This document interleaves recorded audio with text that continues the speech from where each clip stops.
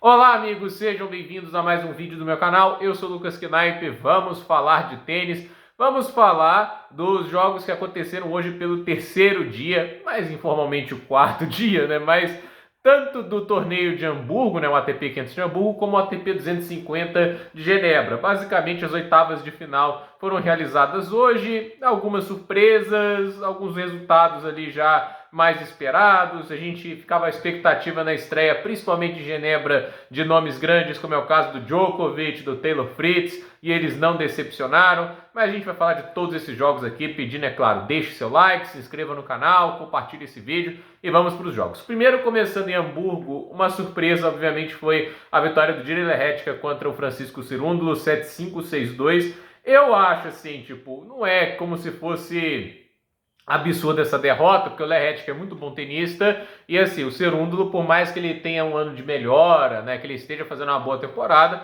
ele não é imbatível, né, e a gente vê um Lehečka que conseguiu muito bem impor seu volume de jogo, a velocidade de golpe dele é bem perigosa, mas para mim o Cerúndolo também deve estar cansado, né, porque o cara tá jogando o tempo inteiro sem parar, né. O cara jogou Monte Carlo, ele jogou, acho que Barcelona, foi Munique ou Barcelona, foi um dos dois, né? Mas jogou lá, jogou Madrid, jogou Roma, foi bem em quase todos esses torneios. Então, assim, ele obviamente já tá com uma carga de cansaço grande. Eu não acho que era necessário para ele jogar agora em Hamburgo, né? Tipo, agora que é uma quarta-feira, ele tem um período de descanso pro Roland Garros, quer dizer, né? Tipo, que não é lá um dos mais longos. Mas de qualquer maneira, tentou aí, acho que ele viu a oportunidade para ganhar mais 500 pontos, subir bastante no ranking, não conseguiu aproveitar 7-5, 6-2 para o Jiří Lehečka, ver como que o Cerúndolo chega lá no Grand Slam francês. A gente teve o Roberto Bautista Agut vencendo o Francis Tiafoe por 2-0, 6-2, 6-3. Cheguei aqui a comentar no canal.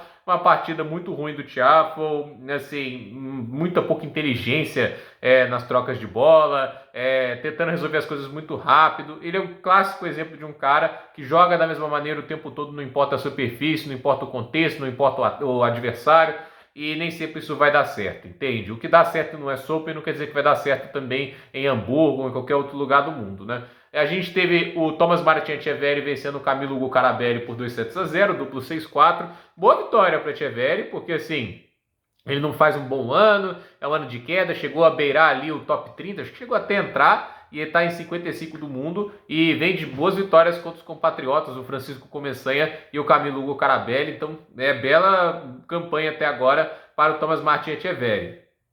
A gente teve o Andrei Rublev vencendo o tenista alemão Justin Engel, de apenas 17 anos de idade, vai fazer aniversário em outubro, né?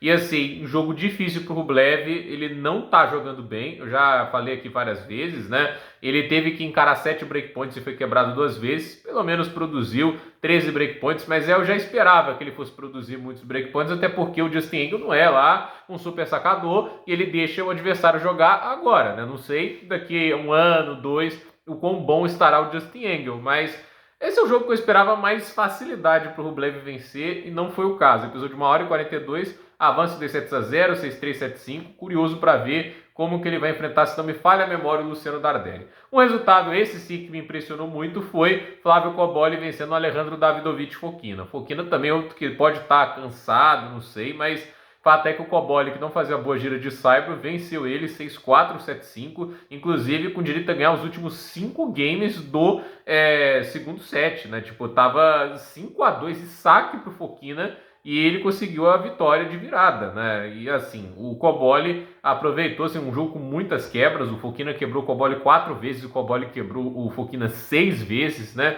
E assim, o Cobolli conseguiu uma vitória que coloca ele aí numa posição muito boa para conseguir bons pontos em Hamburgo, até porque é uma ATP 500, é a possibilidade de somar pontos importantes para o ranking, subir posições e obviamente subir na corrida para Turim. Então, resultado muito positivo para ele. A gente teve o Alexander Miller ganhando do Alexander Zverev, né? Alexander Miller, né? Não é Alexander, né? Alexander Miller vencendo 2-1, 6-3, 4-6, 7-6, um jogo de 2 horas e 41 de extensão, e a gente vê ali um Alexander Zverev que já deu sua desculpa, né? Eu vou chamar de desculpa, né? Porque tá doente, né? Ele falou que poucos jogadores entrariam em quadra na condição de saúde que ele estava e que ele está muito orgulhoso de si mesmo, etc, né? É isso. Essa é a justificativa para ele. Não tem mérito realmente tanto do adversário, só tá doente, se tivesse saudável ele ganhava, né? É aquele negócio, né? Se eu tivesse muito dinheiro, quem sabe eu não seria casado com a Helena Rybakina, né? Mas o fato é que o Alexander Miller venceu, é um tenista perigoso no saibro, a gente já sabe disso, e no final, o Zverev talvez esteja, que seja, o que acaba sendo ruim para o Zverev, a gente vê isso em quadra, é o braço curto no momento decisivo. Isso ali, tipo, tem momentos do jogo que ele mete a mão na bola, por que ele não faz isso no ponto decisivo? Porque falta brio, porque falta coragem, entende? Eu acho assim, ele não reconhece isso, não acho que alguém vá reconhecer isso, né, que ele fale em momentos decisivos, mas é a tônica da carreira dele, né? Já teve a chance de ganhar Grand Slam, já teve, seja ano passado em Roland Garros, como teve lá no US Open quanto tinha, aquele jogo era para ser dele, ele jogou fora. Então assim, já podia ter a carreira completa o Alexander Zverev, já poderia ter sido o número 1, mas é muito responsabilidade dele que ele não conseguiu isso. É muito mais dele do que de qualquer outro evento, assim, fora do alcance dele, doença, sei lá, né? Realmente, assim, cansa esse tipo de postura. Eu podia elogiar e falar, não estava me sentindo bem, mas mérito do seu adversário, jogou melhor, vou me preparar melhor para o Roland Garros. Sinceramente, assim, sempre tem uma fala nova para o Zverev, né? A gente teve o Luciano Dardelli vencendo o Brandon Nakashima por 2-1, jogo de 2 horas e 47. O italiano ganhou o primeiro set 7-5, no segundo set o Nakashima venceu no tie-break, com 7-9 no tie-break, olha, salvou 3 match points, e aí o Dardelli teve que jogar um set a mais, 51 minutos extras de jogo, 6-2, mas de qualquer maneira, assim, o Dardelli é aquele negócio, né, 3 match points perdidos, joga mais quase 1 hora, é aquele desgaste desnecessário, mas acabou aí que ele conseguiu esse triunfo e está na próxima rodada. E um destaque aqui para Félix Auger-Aliassime, que me impressionou, né? Eu falei que ele tinha jogado bem na primeira rodada, jogou bem de novo, ganhou do Giovanni Mepich-Perricard por 2-0, 6-2, 6-4. Detalhe, 7 aces para o Aliassime contra 1 do Perricard. Ele devolveu o saque muito bem. O Perricard sofreu hoje, né? Até 4 duplas faltas, forçou demais o segundo saque. E nas 4 chances que ele teve de quebrar o Perricard, ele quebrou em todas, né? O problema é que ele foi quebrado uma vez, né? Mas no final do jogo nem importa tanto, 6-2, 6-4, grande atuação para o Aliassime. E assim, é um pouco curioso pensar, né? Que o Aliassime teve péssimos meses até agora para abril e março e tudo isso, mas um bom mês de fevereiro, né? E o que ele tá fazendo, até mesmo o título que ele teve em janeiro, e o que ele está fazendo agora, ele está próximo do top 10 da corrida para Turim. É bizarro pensar isso, mas tá, né? Então, assim, é aquele negócio, grandes picos, grandes resultados se mantém lá em cima. O Rublev ano passado é isso, ganhou 1000 pontos ali. Por exemplo, né, tipo, a gente vai falar do Poprin daqui a pouco, não se preocupem, né? Ele tem 1000 pontos ainda segurando ele lá em cima do ranking. Mesmo que ele esteja jogando mal no contexto geral desse ano, ele, por enquanto, acho que com 67 na corrida para Turim, ele ainda está no top 20, no top 30, por quê? Ele tem 1000 pontos ainda sustentando ele lá em cima. Então, o Aliassime está aí, ele consegue aí um bom resultado, vamos ver até onde ele consegue ir. Porque assim, as quartas de final, amanhã em Munique. Thomas Martin-Etcheverry contra Jiří Lehetka, primeira partida. Depois, Flávio Cobolli contra Roberto Bautista Agut. Depois temos Andrei Rublev contra Luciano Dardelli. E o Alexander Miller contra o Félix Auger-Aliassime. Olha, esses são os candidatos. Um desses daí vão levar um título de 500 pontos. Acho que é uma grande oportunidade que não dá para deixar passar, né?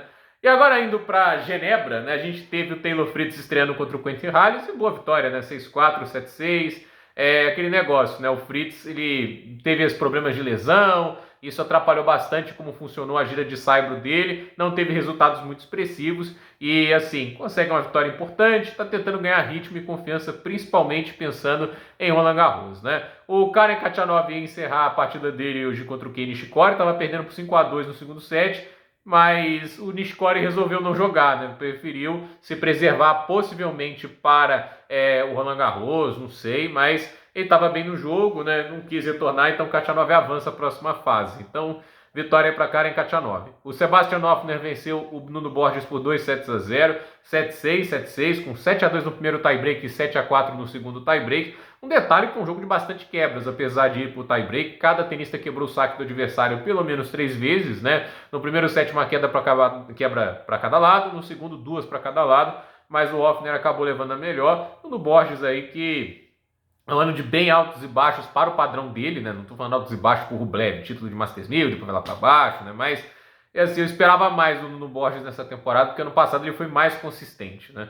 O Matteo Arnaldi venceu o Fabian Marozsan por 2-0, 6-3, 7-6. Boa vitória. Eu acho que esse é um jogo também que encaixa bastante com o que o Arnaldi gosta de fazer. Primeiro porque são dois tenistas que gostam de ditar o ritmo no fundo da quadra. E assim, nesse ritmo de pancadaria, o Arnaldi é bem perigoso, né? Ele gosta muito desse jogo. E a verdade é que assim, o saque do Arnaldi é melhor. E ele conseguiu machucar o segundo saque muito mais que o Marozsan. Foi a chave para a partida. 71% dos pontos com o segundo saque para o Arnaldi, 48 para o Marozsan. É uma queda bem grande e é uma bela vitória para o italiano, que vai enfrentar novamente o Novak Djokovic. Um destaque aí para mim, o tenista com melhor performance do dia, Roberto Urkats. O Urkats conseguiu uma bela vitória contra o Arthur Hinderknecht, 6-4, 6-1. Detalhe que num 6-4, 6-1, no saibro molhado de Genebra, ele conseguiu 10 aces. Moleza, né? Tipo, tá voltando o Urkats, né? 10 aces num 6-4, 6-1 no saibro. Pesado, porque choveu. E quando chove é pior, a bola fica mais lenta, né? 82% dos pontos com o primeiro saque, 71% com o segundo. Partidaça do Urkats. E detalhe, né? 33% de pontos com o segundo saque por Hinderknecht. Porque o Urkats não é só saque. Ele sabe jogar no fundo de quadra, ele devolve o saque muito bem. E foi uma vitória de muita autoridade do tenista polonês. Eu fico feliz, eu gosto de ver o Urkats jogando. Eu acho assim, um dos sacadores mais inteligentes que eu vejo atualmente no tênis. E é uma partida daquelas aí para ele poder comemorar, celebrar, e mostra que assim, se não é para Roland Garros numa campanha de destaque, a gira de grama eu estou bem curioso para ver o que o Urkats vai fazer. O Novak Djokovic venceu o Marton Fucsovics por 2-0, 6-2, 6-3. Assim, teoricamente ele poderia ser o tenista do dia, porque ele não encarou breakpoints. Ele teve 80% dos pontos com o primeiro saque, 77% com o segundo, né? O Fucsovics só conseguiu 53% com o primeiro e 48% com o segundo. 64 pontos para o Djokovic e 37 para o Fucsovics. Uma partida, assim, é um desequilíbrio bem grande. Mas, de qualquer jeito, né? É o Djokovic, né? A gente sabe que ele é capaz, né? E uma vitória relativamente tranquila. E não é como se o Fucsovics também estivesse jogando um tênis magnífico nessa temporada. Então, assim, boa vitória para o Djokovic. Ele avança aí a próxima rodada e agora vai enfrentar o Arnaldi, que foi o algoz dele em Madrid. Agora eu quero ver o que o Djokovic vai fazer, né? E a gente teve também o jogo entre Alexei Popyrin e o Jacob Fernley, né? Esse jogo foi bem interessante no aspecto de que, assim, começou o jogo, o Popyrin abriu 3-0 e aí o Fernley empatou. E, assim, um jogo que depois que o Fernley empata, parece ele tá tomando as decisões, ele que vai para cima. E o Popyrin só fica se defendendo, e o curioso é que ele se comprometeu com essa estratégia até o final do jogo e ganhou. Porque é um negócio, o Popyrin não é um cara da solidez, né? Ele é um cara que mete a mão de forehand e tudo isso, mas ele fez a estratégia funcionar. 11 winners, que é pouco para ele, né? Com 7 aces no jogo, ele sacou muito bem, isso aí tem que ser dado o crédito, né? Mas só 10 erros não forçados, né? Pouco para ele, né? E a gente teve o Fernley errando 25 vezes, né? E não conseguiu tantos winners a mais, foram 15. Então, é aquele negócio, na conta o saldo fechou e ele foi perfeito na hora dos breakpoints dele. 3 breakpoints a favor para o Popyrin, ele aproveitou todos os 3 e o australiano consegue essa vitória, que leva ele às quartas de final em Genebra. Resultado importante, mais 2 vitórias na temporada, a gira de saibro bem melhor que a do ano passado. E assim, se a gente pode olhar o copo meio cheio, eu não fiquei impressionado vendo ele jogar, mas assim, um ponto capital para o Popyrin conseguir mais resultados é o backhand, que precisa ser menos errático e mais confiável. E eu acho que nessa partida ele me impressionou, porque assim, muito do jogo do Fernley foi pelo backhand, ele tem um forehand pesado, rápido, então assim, ele deu pouco tempo. Eu vejo que assim, a ideia do novo técnico às vezes até dá mais espaço na quadra e tudo isso, né? E se incentiva que ele consiga controlar mais o giro do backhand, né? E obviamente tira um pouco da ofensividade, mas funcionou, né? E assim, foi até um pouco surpreendente. Mas vamos ver também, porque esse é um oponente que teoricamente não intimida tanto, né? E a gente teve a última partida do dia em Genebra, o Cameron Norrie, o Mahat, né? Na hora que foi quebrado ali no 3-3 do último set, acabou desistindo da partida por lesão e a vitória foi para o tenista britânico, 3-6, 6-2, 4-3, tinha 1 hora e 45 de partida E foi um jogo bem interessante de tênis. Eu acho que o Marat, teoricamente, deveria ser o favorito para o jogo, né? E assim, o Norrie estava melhor, ele produzia mais chances, mas em momentos capitais ele estava indo muito mal, né? Porque 4 breakpoints contra, ele não salvou nenhum.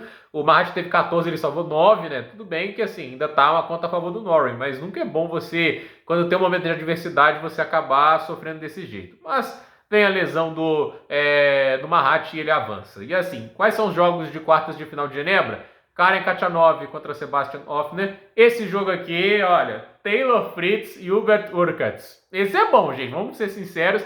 É um baita jogo aí pra gente acompanhar amanhã. Matheus Arnaldo Djokovic, esse também vai ser legal. Alexei Poprin e Cameron Norrie, esse encerrando o dia em Genebra. Então vamos ver o que acontece. Torcer para não chover, porque vamos ser sinceros, Genebra tá chovendo até demais. Então, gente, por esse vídeo é isso. Dúvida nos comentários, deixe seu like, se inscreva no canal, compartilhe este vídeo e até o próximo vídeo.